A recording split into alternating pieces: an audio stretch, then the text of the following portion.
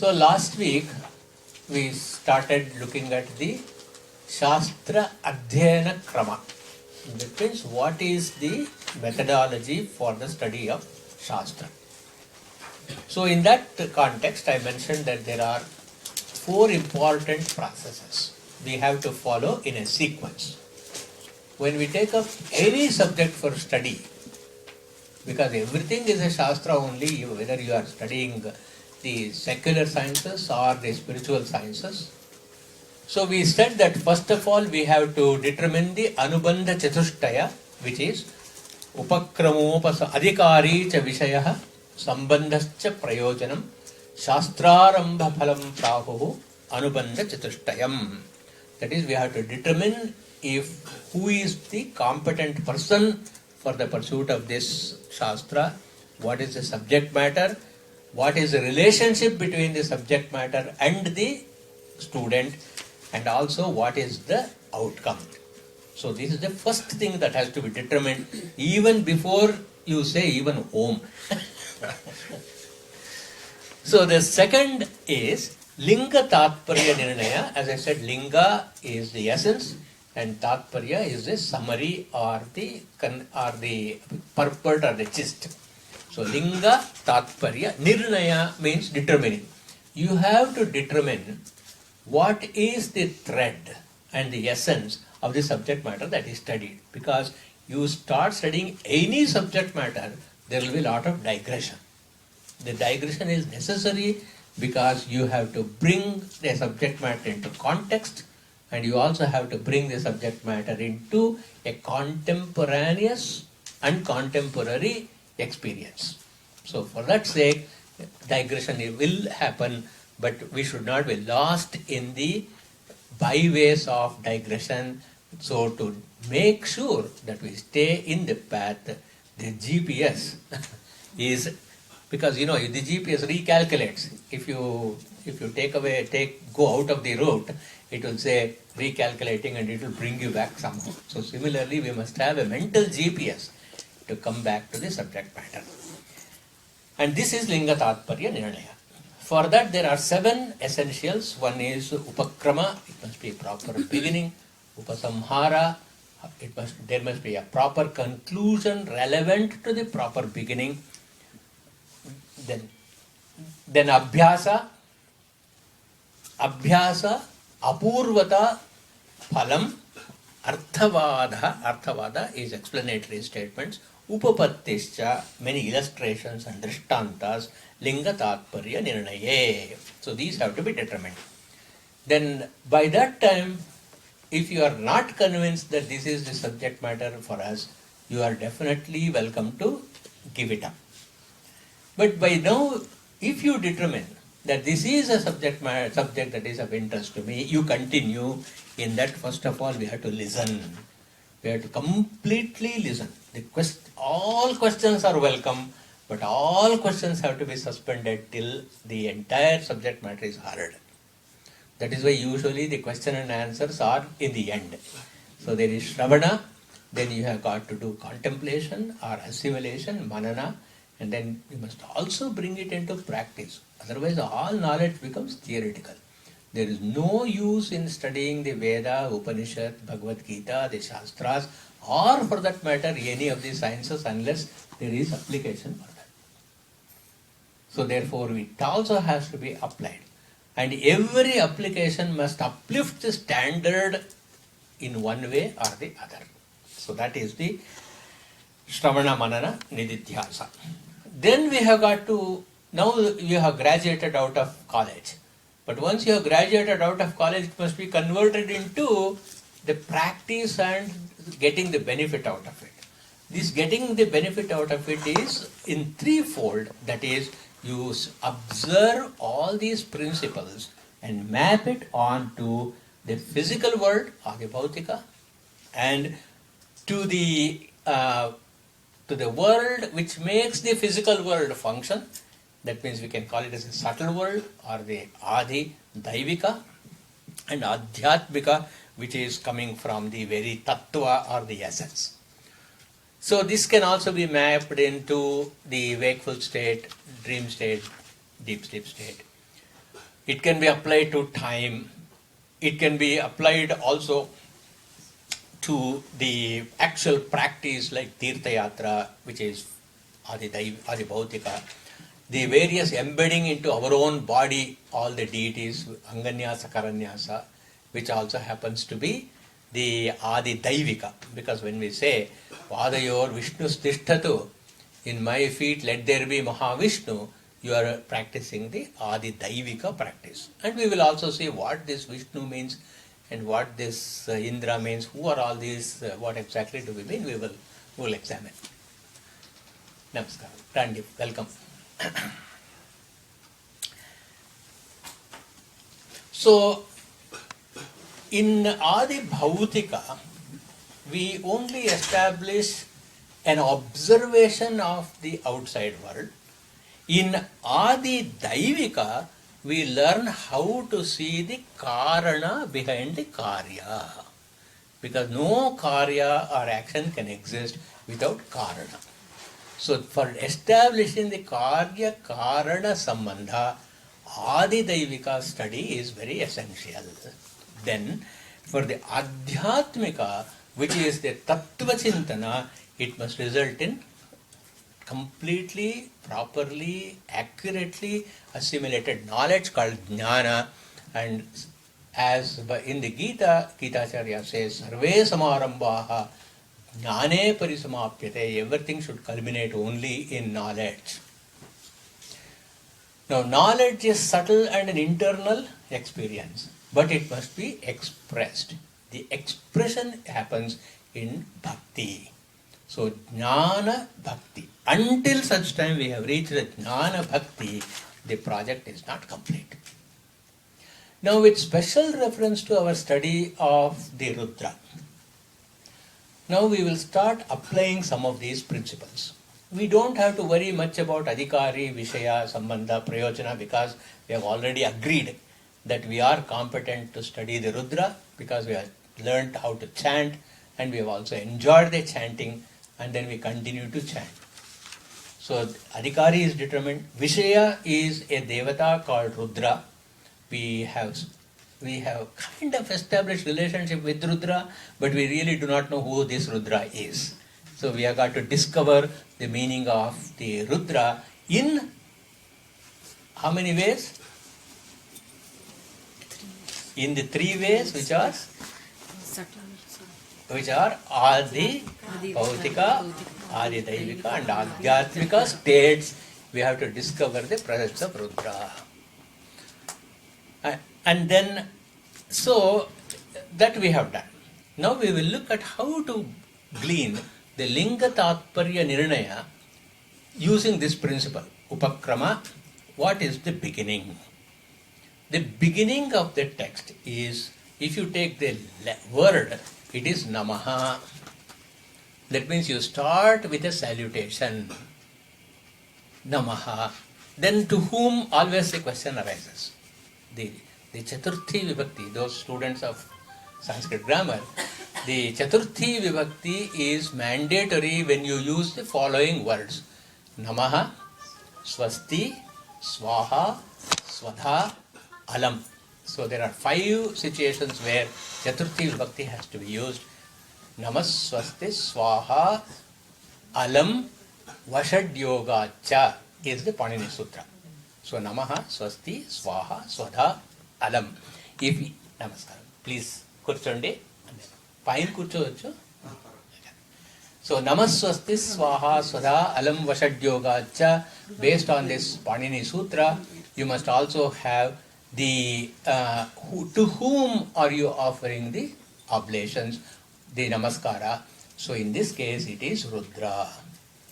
Then that is not enough, because Rudra also has to be qualified when at the time of your offering the Namaskara, what do you perceive? Now the Rishi is pursuing an angry entity. Namaste Rudra Manyave. Manyu means anger. At this point, so there is a deeper meaning for that. Namaste Rudra Manyave. My salutations to Rudra the angry. So Now let us start looking at the Adi Daivika mapping of this word, this phrase, Namaste Rudra Manyave.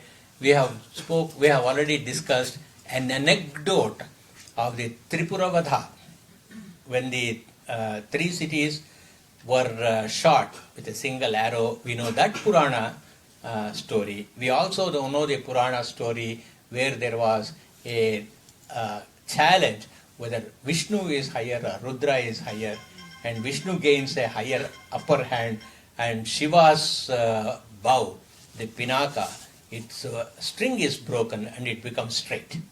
And then he just gives it to the Maharshi Devarata. Devarata's son is Yajnavalkya, and Yajnavalkya was the guru of Janaka. That is how it ends up in Janaka's palace. And then later on, of course, Rama breaks it. So again, this is a Puranic anecdotal situation where why Rudra got angry. Another reason is why Rudra got angry was because of the lying of Brahma that he found the beginning of Shiva. So these are the three background stories from Puranas. But again, for a serious student of Shastra, Purana is purely incidental. It has to be examined and then various metaphors seen. But here, for what we have to see is at what Rudra is angry. The reason for using the Puranas is again given in our Shastra. They say, Balanam Sukha Bodhaya. So the Puranic stories, the metaphoricals, we will not kill them. We should not destroy them because they are necessary to instruct the uninitiated. Therefore, Balanam Sukha Bodhaya, we need that. And once we have crossed the stage of childhood, then we have got to see why this Rudra has got angry. It is because the sage wants to instill the fear of God in us. So the instilling of the fear of God is the Adi Daivika contemplation on Namaste Rudramanyave. He brings the ethical point that we should not commit evil.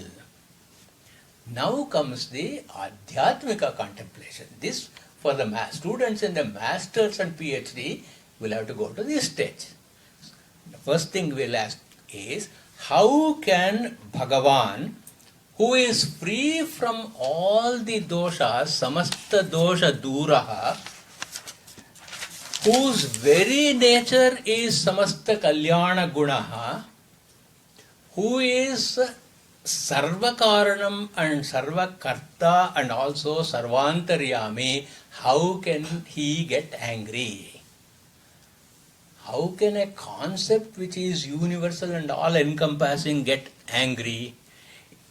It is not an entity called Rudra who is external to us getting angry, but it is our own Viveka getting angry with ourselves. So here in the Adhyatmika state, it is the meditator who is getting angry with himself.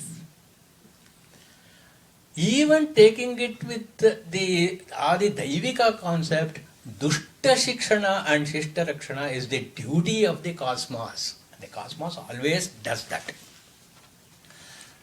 How is that?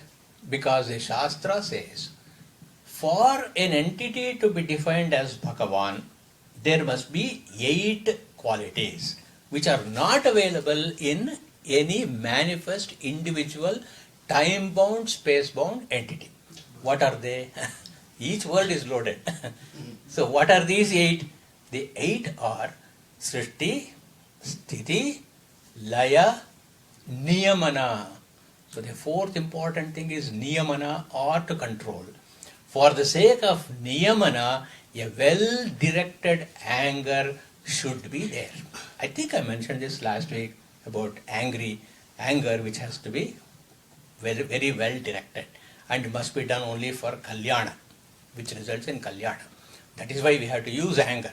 So Please do not think that anger is something that should be completely given up. It has to be used appropriately at the appropriate time with appropriate force. Not more, not less. So, Srishti, Sthiti, Laya, Niyamana, Ajnana, Jnana, Bandha, Moksha. 8 qualities are there for Bhagavan. And in these 8 qualities, here the meditator is taking up the thread of Niyamanam. And therefore, Namaste Rudra Manyave. Because any disciplinary act or force appears to be anger. So it is only an appearance. Then, why Ajnana? Why Ajnana? Because he is the one who knows that you are ignorant and then will give you opportunity to acquire jnana. How do you even get inspired? Why does he have the quality? He has the quality because if you ask me, what is it I don't know, I won't be able to give an exhaustive list. But Ishvara knows everything that I don't know and that I have to know. And he knows, he has the jnana, so he neutralizes the ajnana by jnana and thus removes bandha and gives moksha. And all this he is able to do by niyamana. So therefore that power is there in Ishvara only. So even in Ishavasya when you study avidyaya mrityum tirtva vidyaya mritam ashnute, there avidyaya mrityum tirtva, it is not just my meditation that does it, but it is the Shiva, the Antaryami who is there, whom we pray and ask, Hiranmayena patrena satyasyapi hitam mukham. So he has to remove it. Then if he has to remove it, he also has to know that we are in the grip of Ajnana. Then, so Vishnu Purana actually says that Shruti Smritihi Mamaivajna. All the scriptures are instituted by my order. Yaha tan ullangya vartate. By one's own volition, just because one is given free will, it is abused and then one transgresses it. Ajnachedi mama dveshyaha same vadhyascha jayate. Vishnu Purana very emphatically says why Ishvara gets angry. So let us see what is Upakrama here. Upakrama is number 1, recognition of Bhagavan as Rudra. Number 2, Namaskara is to have Sharanagati. Sharanagati, in other words, is commitment to Dharma. That is why Ishvara is also called as Vrisha. Vrish means it comes from the root Dharma. Vrish Dharma. That is the Panini Sutra is there. Then to remove the Mrityu Bhiti or the fear of death. So what is the reason for Rudra's anger? That's the next question. In spite of our being granted an extraordinary birth as a human in a human form, when we are throwing it away, frittering it away, then this Ishvara who gave us this extraordinary birth is angry because we have abused his highest grace. Mahata punya panyena kriteyam kaya naustvaya param dukhodader gantum tara yavanna bhidyate.